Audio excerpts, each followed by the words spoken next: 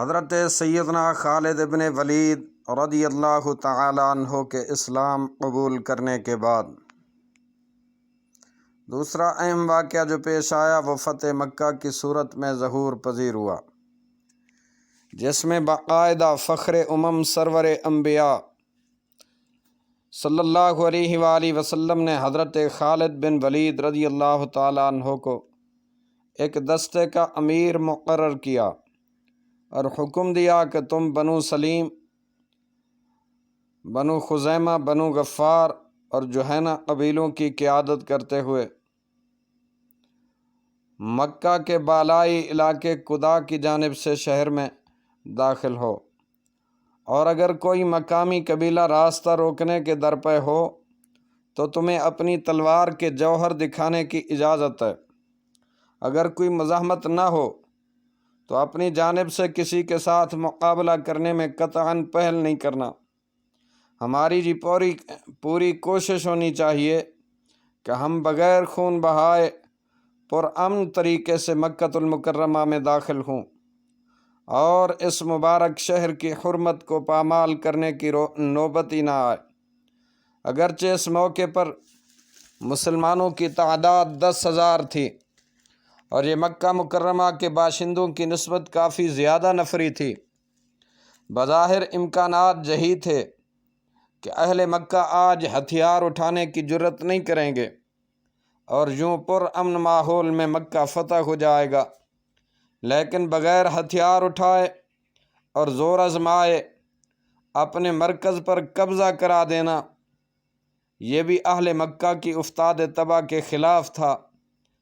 لہذا قریش کے ابھرتے ہوئے نوجوان سردار اکرمہ بن ابی جہل،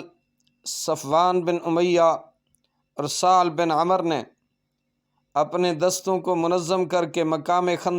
خندمہ پر لشکر اسلام کو روکنے کی کوشش کی، لیکن انہوں نے مجاہدین کے جس دستے کا مقابلہ کیا اس کی قیادت حضرت خالد بن ولید رضی اللہ تعالیٰ عنہ کر رہے تھے۔ جب انہوں نے جرأت و شجاعت کا مظاہرہ کرتے ہوئے اپنی تلوار کے جوہر دکھلانے شروع کیے تو مد مقابل دشمن بڑی تیزی سے پسپا ہونا شروع ہوا۔ مقابلے میں بنو بکر، بنو حذیل کے 4 آدمی مارے گئے جبکہ صرف 2 مسلمان شہید ہوئے۔ اس کے علاوہ پورا لشکر اسلام بغیر کسی مزاحمت کے 20 رمضان المبارک بروز جمعۃ المبارک 8 ہجری کو مکہ مکرمہ میں فاتح کی حیثیت سے پرامن انداز میں داخل ہوا۔ مکہ مکرمہ پر مکمل قبضہ کرنے کے بعد سید الانبیاء تاجدار کائنات صلی اللہ علیہ وآلہ وسلم نے بیت اللہ شریف کو بتوں کی آلائش سے مکمل طور پر پاک و صاف کر دیا اور قابل رشک فیاضی کا ثبوت دیتے ہوئے عام معافی کا اعلان کر دیا اور ارشاد فرمایا، آج جو شخص مسجد حرام میں داخل ہو جائے تو وہ امان میں ہے، جو اپنے ہتھیار ڈال دے وہ بھی امان میں ہے، جو اپنا دروازہ بند کر لے اسے بھی کچھ نہیں کہا جائے گا، اور جو ابو سفیان کے گھر داخل ہو جائے وہ بھی مأمون و محفوظ رہے گا۔ حالانکہ ابو سفیان ابھی مسلمان نہیں ہوا تھا۔ آخر کار یہ شوکت اسلام سے مرعوب ہو کر حضرت عباس رضی اللہ تعالیٰ عنہ کی وساطت سے دربار نبوی صلی اللہ علیہ وسلم تک رسائی حاصل کرنے میں کامیاب ہوئے اور اسلام کا پاکیزہ دامن تھامنے کا شرف حاصل کیا۔ شہنشاہ عرب و عجم میرے مکی مدنی آقا صلی اللہ علیہ وآلہ وسلم نے وادی ذی طویٰ میں لشکر اسلام پر نظر دوڑائی تو آپ صلی اللہ علیہ وآلہ وسلم فرط مسرت سے آبدیدہ ہو گئے۔ آپ کے خیال میں آیا یہ وہی مکہ ہے جہاں سے ہمیں رات کی تاریکی میں ہجرت اختیار کرنے پہ مجبور کر دیا گیا تھا، لیکن آج یہی مکہ اپنا دامن پھیلائے ہوئے ہمیں اپنی آغوش میں لینے کے لیے سراپا منتظر ہے۔ جو کل لات و منات کے پجاری فرزندان توحید پر دن رات ستم ڈھا رہے تھے، آج ہمارے قدموں میں سرنگوں جان بخشی اور رحم و درگزر کے لیے درخواست گزار ہیں۔ جن لوگوں نے مجبوری و بے بسی کے عالم میں شیب ابی طالب میں محصور کر کے ہماری زندگی اجیرن کر رکھی تھی، آج وہ ہم سے رحم و کرم کی بھیک مانگ رہے ہیں۔ اس نئے رنگی دوران کو دیکھ کر رسول اقدس صلی اللہ علیہ وآلہ وسلم نم دیدہ حالت میں پروردگار عالم کے حضور شکرانے کے طور پر سجدہ ریز ہو گئے۔ فتح مکہ کو ابھی 5 روز ہی گزرے تھے کہ شاہ مدینہ صلی اللہ علیہ وآلہ وسلم نے حضرت خالد بن ولید رضی اللہ عنہ کی قیادت میں 30 مجاہدین کا قافلہ مقام نخلا کی جانب روانہ کیا تاکہ وہاں مشرکین عرب کے ملجا و ماوا عزا نامی بت کے پرخچے اڑا دیے جائیں اور اس طرح شرک کے ایک اہم اور مرکزی مقام کا کلا کما کیا جا سکے۔ عزا قریش مکہ کا ایک مشہور اور بڑا بت تھا جس کی پوجا بڑے اہتمام سے کی جاتی تھی۔ کنانا اور مدر جیسے نڈر بہادر اور جنگجو قبائل اس کی بہت تعظیم کیا کرتے تھے۔ جس عبادت خانے میں عزا نامی بت کو رکھا گیا تھا اس کا انتظام و انصرام بنو ہاشم کے زیر اثر قبیلے بنو شیبان کے سپرد تھا۔ شرک کے اس گڑھ کو پیوند خاک کرنا کوئی آسان کام نہ تھا، لیکن حضرت خالد بن ولید رضی اللہ تعالیٰ عنہ جذبہ توحید اور حب رسالت صلی اللہ علیہ وسلم سے سرشار ہو کر کدال ہاتھ میں لیے عزا بت کے پرخچے اڑاتے ہوئے اپنی زبان سے بآواز بلند کہہ رہے تھے، اے عزا میں تجھے جھٹلاتا ہوں، تیرے اندر تو ذرا برابر بھی تقدس نہیں ہے، اللہ تعالیٰ نے آج تجھے میرے ہاتھوں ذلیل و رسوا کیا ہے۔ اس بت کو توڑ پھوڑ کرنے کے بعد آپ نے آگ لگا دی۔ فتح مکہ کے بعد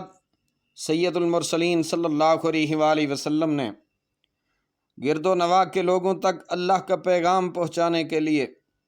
مختلف اطراف میں تبلیغی وفود روانہ کیے۔ دعوتی پیغام پہنچانے کے لیے مختلف علاقوں میں وفد روانہ کیے گئے۔ بنو خزیمہ کی جانب حضرت خالد بن ولید کی قیادت میں ایک عظیم وفد روانہ کیا جس میں جلیل القدر اصحاب رسول رضوان اللہ تعالی علیہم اجمعین میں سے حضرت عبد الرحمن بن عوف اور حضرت عبداللہ بن عمر بھی شامل تھے۔ بنو خزیمہ کی بستی مکہ سے تقریباً 1 دن کی مسافت پر تھی۔ اسی قبیلے کے متعلق یہ مشہور ہو چکا تھا کہ پورا قبیلہ مسلمان ہو گیا ہے۔ جب قبیلے کے سرداروں نے دیکھا